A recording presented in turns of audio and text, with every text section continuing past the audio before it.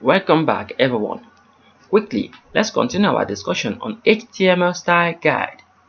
And right now we'll be discussing about the viewport. Setting the viewport. The viewport is the user's visible area of a web page. It varies with the device. It will be smaller on a mobile phone than on a computer screen. You should include the following meta element in all your web pages. Meta, when you specify, you can specify meta tag. Inside the meta tag, the opening meta tag, you can have your name is equal to viewport. Content is equal to width is equal to device minus width, comma initial minus scale is equal to 1.0. This gives the browser instructions on how to control the page's dimensions and scaling. The width device width part sets the width of the page to follow the screen width of the device, which will vary depending on the device.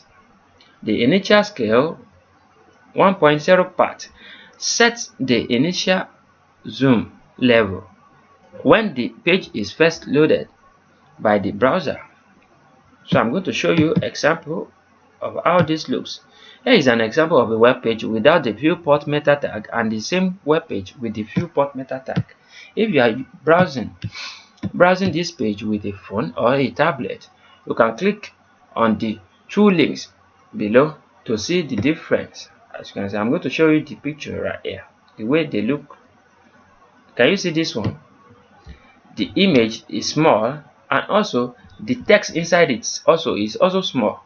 You should be careful with it.